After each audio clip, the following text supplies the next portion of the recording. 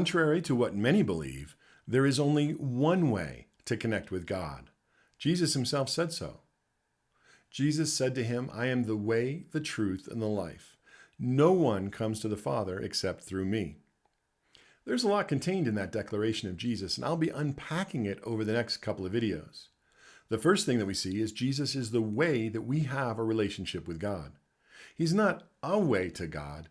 In that statement, Jesus says he is the only way. And that means Jesus would have to be a liar if there were multiple paths to God. But since Jesus is also the truth, he can't be lying about being the way. As amazing and wonderful as that is, there's a whole lot more to Jesus being the way than our access to God. You see, God has a way of doing things that's much different than man's way of doing them. Isaiah tells us this.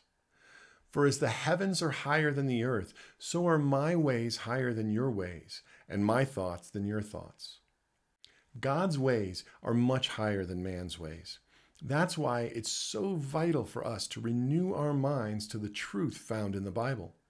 As we do, we transform our ways so that we walk in God's ways.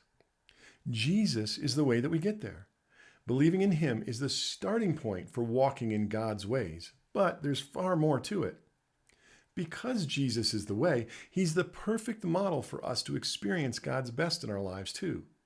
Jesus said, he who has seen me has seen the Father. In Hebrews, we're instructed to look to Jesus. After all, he's the one who started our faith, and he'll be the one to bring it to its completion in our lives.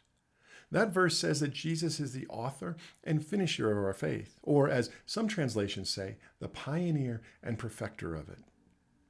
Walking in the ways of Jesus is a natural result of the discipleship process. Spiritual growth is all about becoming more like Jesus as we walk in his ways more closely.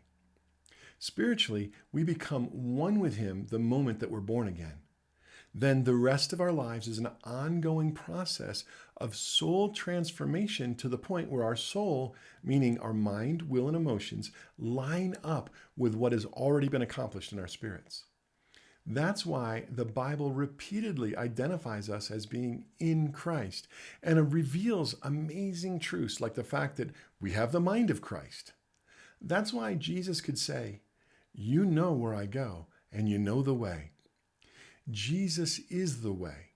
When we know Jesus, we also know the way, as he promised us we would. If you're struggling today, I encourage you to look to Jesus.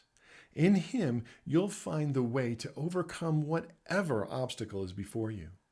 Do you feel like there's a mountain blocking your path? Jesus is the way to cast that mountain into the depths of the sea so that you become the victorious overcomer that you are destined to be in him.